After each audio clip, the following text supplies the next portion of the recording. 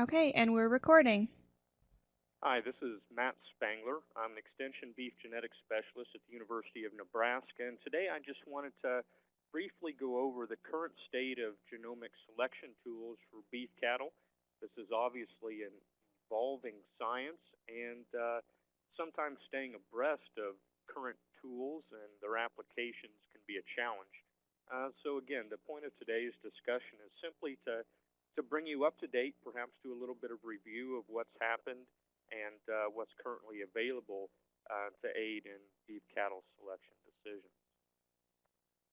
I think the use of genomic tools can be broken down really into four different categories. One, using them for simple recessive diagnostics, so identifying those animals that are carriers of recessive genetic lethals, identifying those animals that are carriers of the red allele, if color matters, or also identifying those animals that are carriers of horns, if that matters to both your selection and management program. Also, the use of parentage testing, so determining the correct sire of particular calves in both a seed stock and commercial setting can be beneficial, and we'll go over that as well. Then, of course, the use of usually much larger SNP panels for aiding in selection. And now I'll tell you that there are several breeds that are actually utilizing this technology and incorporating it into their EPD calculations. And we'll go over some of that as well. And then finally, marker-assisted management, or using genomic tools to aid actually in the management of cattle. And that's something that perhaps has not been brought fully to fruition as some of these other uses have been, but we'll at least discuss that in concept and also tell you a little bit about some work being done in that arena. All right, let's start off with a current list of genetic defects that are being monitored, and this is not a complete list, but it is some of the more recent ones. And when I say recent, really, we could go back maybe upwards of 5 years for some of these when they first came on the scene. But just to provide a bit of background, we have OS, or more commonly known as marble bone, and Red Angus or Red Angus derivative cattle. Remember that these aren't problems just strictly associated with purebred animals. Cattle that are half bloods or quarter bloods, that's what I mean by derivative, could also be impacted as well. And so there is a DNA diagnostic test to find to find carriers of this defect. And then we've got a few in Angus and Angus derivative cattle as well. I'm sure most people are probably familiar with AM, NH, and likely CA. Common names for AM would be curly calf. Common name for NH would be waterhead. And common name for CA would be fawn calf syndrome. And there have been DNA diagnostic tests to find the cattle that are carriers of these particular defects for quite some time. And I would actually say that now, particularly with regards to AM, NH, and even CA, I think that most seed stock producers have decided not to try to merchandise cattle that are carriers for these. But still, it's important to be aware of them, to understand pedigrees and be able to look at performance pedigrees and know if an animal is potentially at risk of being a carrier. Perhaps a couple more that some people may not be as familiar with in Angus or Angus derivative cattle are the last two I have listed here, M1 and D2. M1 is actually myostatin or double muscling. And I would say that the frequency of this is extremely low. And as a consequence, as we compare it to something like AM, I think the risk is quite minimal. But still, if you see that stamped on a registration certificate or on a performance pedigree, again, at least you know what it is. And there is a DNA diagnostic test to find animals that are carriers of it. And then D2 is a specific type of dwarfism. Again, the frequency is pretty low, but there is a DNA diagnostic test to identify those carriers. So as we think about these, it's important at least to perhaps the way they may be listed in literature as you look at it, and be aware that these defects are being monitored by the respective breed associations. That being said, I think it's important to just remember some real fundamental things relative to mating recessives. So let's take the example here where I actually made a carrier animal denoted by big A, little a, to a homozygous normal animal denoted here as big A, big A. In that mating, there is absolutely no chance that I will produce calves that are afflicted with the defect here in question. And so I think that's important to remember from a risk perspective, particularly as we think about those defects that are extremely low in terms of frequency in those populations, or as we think about defects and actually mating animals to a completely unrelated population, like mating to another breed.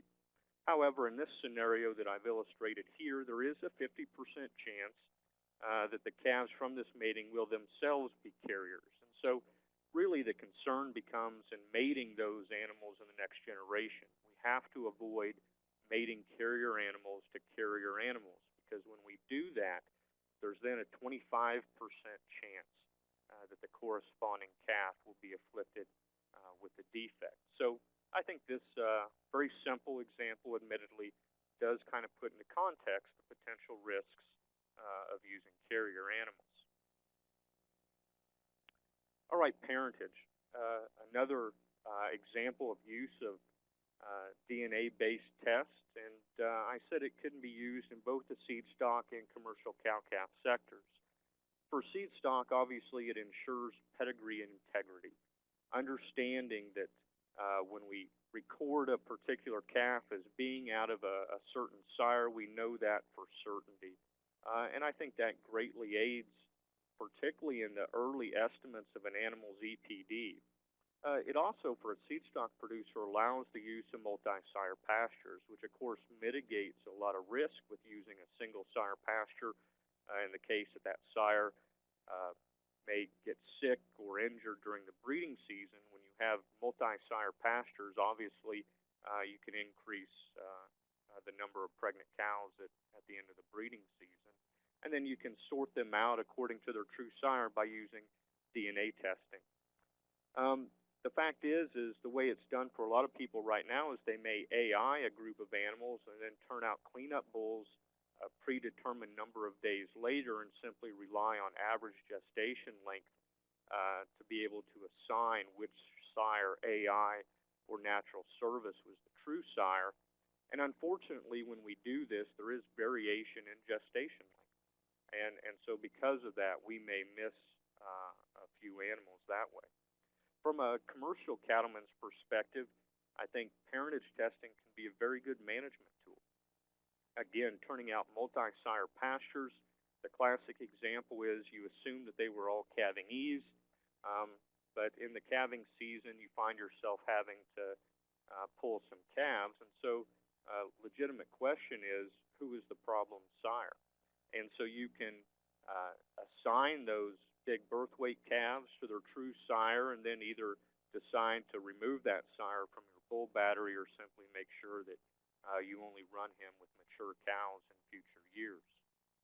The crux to this is you really need a DNA sample from all the candidate sires to be able to truly, with a high degree of probability, assign the true sire.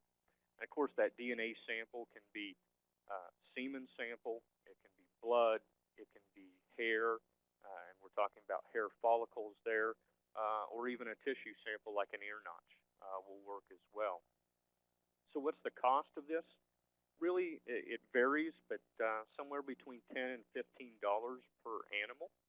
And so I think even particularly towards the lower range of that, it can be an effective tool for both commercial and seed stock producers alike. Right, we've seen substantial evolutions in terms of the size of SNP panels, and SNPs, of course, being single nucleotide polymorphisms, a kind of genetic markers. And we've seen it evolve from just a few markers, really candidate genes, to maybe panels that included a few hundred markers. And then, of course, to something that I would assume most people have heard of, and that's the 50K assay, or a panel that includes over 50,000 SNPs. And then that's evolved even more to a panel that's included over 800,000 SNP markers that's being predominantly used in research settings. Then we began to see some contraction, really augmenting the 50K assay with some SNPs from that higher density or 800K assay and forming a test that had 80,000 DNA markers. And then even more contraction in developing a test that's being commercialized now that includes 10,000 markers. So you can see it as increasing the panel size such that we can determine which ones may be the most useful and then contracting it again. At the same time, we're having a lot of sequence information enter the research space, and this is getting whole genome sequence, so millions of SNPs on an animal, and that's helping inform the development of these reduced or smaller SNP panels again. So the research community continues to work with more and more SNPs to better inform the development of smaller, more economical SNP panels for the industry to use. So that kind of leads us into what I might call genomic-enabled or genomic-assisted selection, using DNA information to help inform our selection decisions. And here I have a list of the breeds, and I'll emphasize these are the Bos Taurus breeds that have either released or I believe are close to releasing EPDs that are enhanced by genomics. Angus, of course, was the first one, but several other breeds are in this space as well. Hereford, Simmental, Red Angus, Gelbvieh, Limousin. I might also add Maine-Anjou to this as well, who are all actively working towards developing marker-assisted or genomically enabled EPDs, whereby they take results from a genomic test and use that to supplement the information going into their EPDs. The benefit of this, of course, is increasing the accuracy of EPDs, particularly on younger animals. And also, by including genomics into the EPD, it helps alleviate confusion by bull buyers. So the common currency for selecting bulls is still EPDs, even in the genomic era. So for seed stock producers, I'd argue that the adoption of genomic predictions, the technology of this is not binary. It's not a simple does it work, doesn't it work question. The question is how well does it work? And how well it works is dependent on how much of the genetic variation a test explains for a given trait. And that's directly related to how much boost in accuracy we may get from testing an animal, including that information into their EPDs. This is being done, the inclusion of this information into EPDs is actually being done in several ways, and it depends on the respective breed association. And I won't spend that long on this, but just to show that there are different ways of getting at the same thing. The American Angus Association uses a correlated trait approach, similar in thought to the way you might combine ultrasound and carcass data. The American Hereford Association would basically index the genomic information with the traditional EPD. And then other breeds like Simmental might treat it as if it were a EPD coming into their evaluation from another breed, which, as you know, with their hybrid genetic evaluation, they have experience in doing that right now. And then, of course, the dairy industry might actually use this information in developing a genomic relationship. So actually determining the relationship among animals based on their SNP genotypes. So there are several ways to kind of get at the same end product.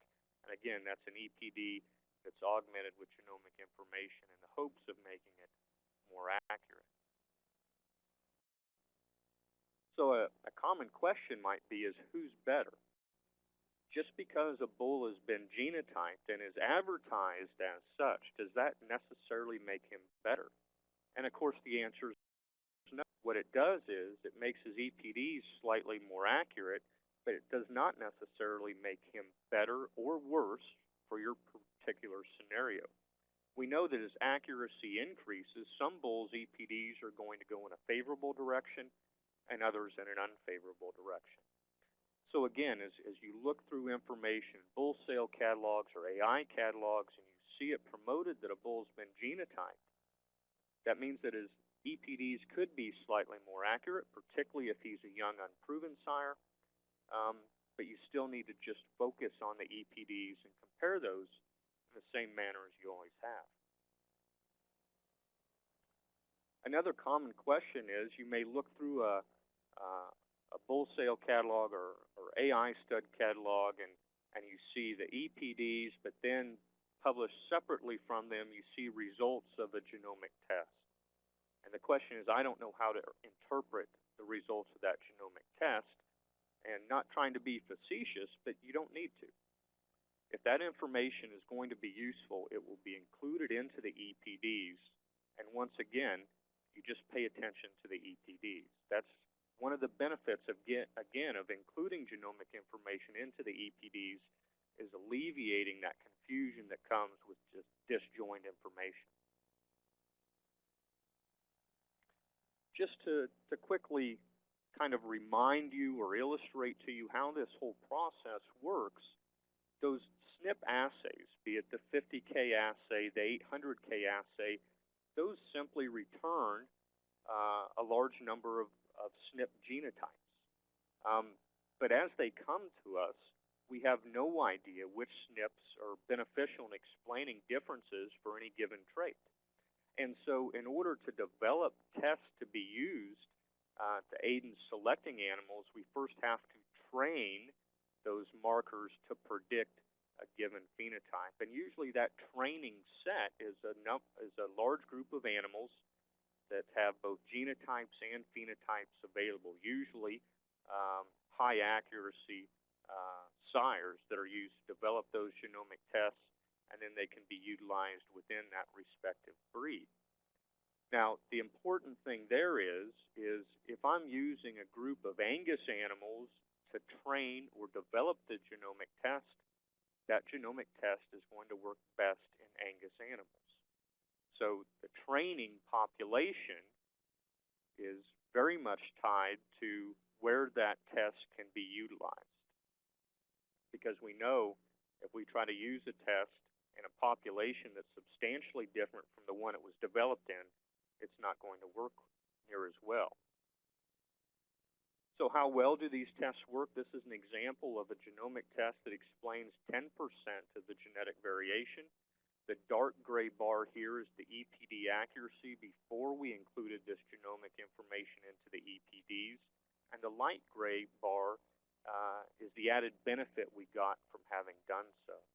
And you can see that a test with this limited efficacy really impacts bulls very slightly. Okay, those really low accuracy bulls that had an EPD accuracy of between really 0.1 and 0.2, it impacts them a little bit, but certainly as a bull would have a phenotype himself, the inclusion of genomic information in this case wouldn't be that beneficial. I say that to say this, there may be cases for some traits where this is all the information we have, in which case that becomes more beneficial. What if that test explains 40% of the genetic variation?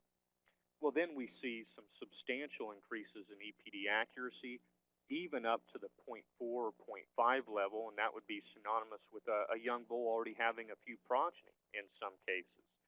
So this actually does help us identify young sires by including this information into their EPD calculation. And this 40% number here is really what we're seeing for several breeds for traits like growth and carcass. So this is very much achievable.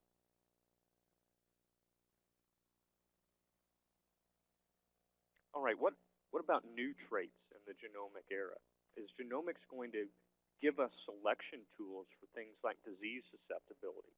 So susceptibility to something like BRD, for feed efficiency, or better measures of fertility?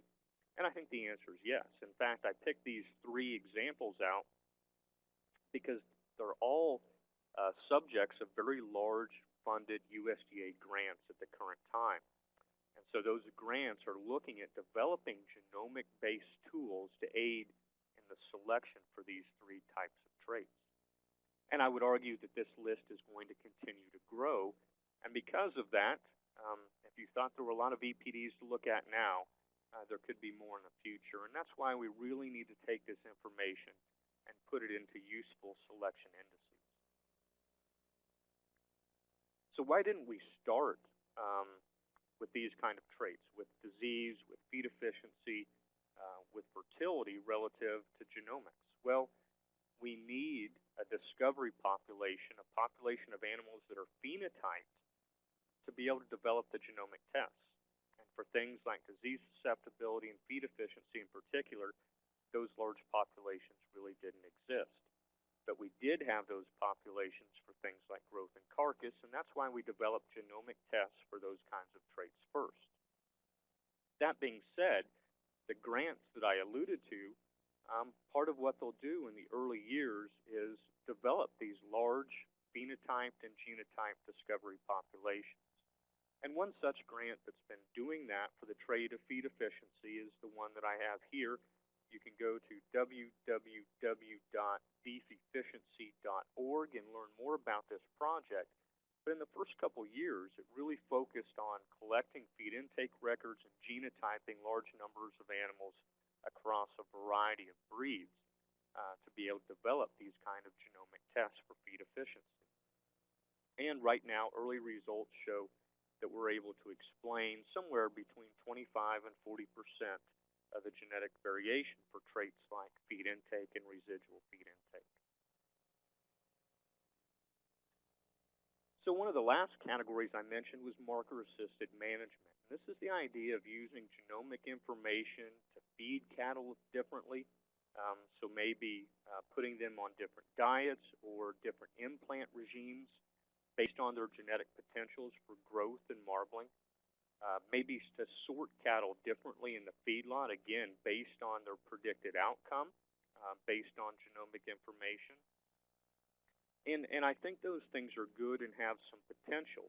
I would say, though, that if a feedlot is not already set up and designed to routinely sort cattle, then really that doesn't become a large benefit. But what it can do is allow for a feedlot owner to differentially pay for feeder cattle based on their genetic merit. And I actually see that being one of the first uses of marker-assisted management tools. Now, that being said, there are very few examples of marker-assisted management tools that are out on the market being commercialized. And I think that's for a couple of different reasons. One, although the cost of this technology, of genomics in general, has rapidly decreased over the recent, really, 12 months, 12 to 18 months, still to be able to have a test that has a high enough degree of accuracy, but is cheap enough to be used on fed cattle, still that becomes a bit of a challenge.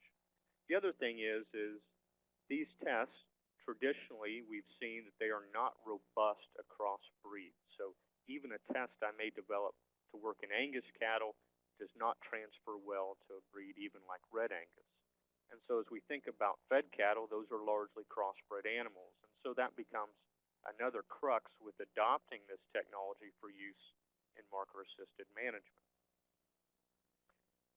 One example to the contrary, perhaps, though, is a product being marketed by what was Pfizer Animal Genetics, now Zoetis, and certified Angus beef, called GeneMax. And it's a marker-assisted management tool to be able to get an idea of an animal's genetic potential really for marbling and post-weaning gain. But it's only to be used in high-percentage Angus cattle. So again, knowing that this technology is not robust across breeds, this is being marketed towards being used in high-percentage Angus cattle again. Really, this has not been independently evaluated and published by the scientific community, but this is a product that is out there right now, again, for those two traits that I mentioned. All right, limitations to the technology in general. I've mentioned before the breed specificity issue. And part of that is stemmed by the fact that these are markers. They're not causal genes. And so because of that, markers that may be impactful in one breed aren't as much in another breed. From a management perspective, using this technology for marker-assisted management cost is somewhat of a limitation still, but I would say that the cost of this technology is decreasing all the time. We've seen that these tests that are being commercialized are becoming cheaper. And in fact, I'd refer you to a talk in Clay Center last year by Dr. Mark Thalman. This talk is actually archived on that beef efficiency website that I alluded to earlier, talking about new technology that might enable genotyping animals for upwards of 100 SNP markers for around $5 an animal. And so, like any technology, the cost is always decreasing. Another limitation, which perhaps concerns me as much as anything, is the general adoption and understanding of it. And that's something that we need a hurdle, an education hurdle that we need to get over as well, and understanding what this technology really is. And I think, again, from a selection standpoint, including it into EPDs was a very large step in helping alleviate any confusion issues. So to kind of summarize, genomics does not replace the need in a seed stock herd to collect phenotypes. We need phenotypes to continue to train, to develop, and retrain these genomic tests. Methods for lower cost genotyping are evolving, and so I don't see cost as being a limiting factor. For breeds to capitalize on this technology, they have to invest in developing those training populations. And as we saw from that list of breeds, there are several that are doing just that. Genomic information does have the potential to increase accuracy, particularly on young sires, and we've seen that happen in several breeds. And how much it will increase their accuracy really depends on the proportion of genetic variation that test explains. As I mentioned, we're going to have additional traits for which we have genetic selection tools, and because of that, multiple trait selection has always been critical, but could become more cumbersome over time. And I would argue that the development and really the utilization, the adoption of economic indices will help alleviate this and will certainly be critical. The last limitation I mentioned to you on the previous slide relative to adoption is somewhat concerning and problematic in the beef industry, and in part that's due to the structure. Roughly a third of the cows reside in herds that have fewer than 50 cows. And I think relative to genomic selection, that technology needs to start at the nucleus level in those very impactful seed stock herds. And the benefits in terms of increasing the rate of genetic change begin to trickle down throughout the entire industry. That being said, though, we are not pork and we're not dairy and we're not poultry, but we do need to sit back and look at the way that those industries have adopted technology, not just this technology, and see if there's added things that we can glean from those industries relative to how they do that. So with that, I would encourage you to take a look at the beefefficiency.org website. There are additional presentations on this subject matter posted there, and do not hesitate to contact me should you have any questions at all. Thank you.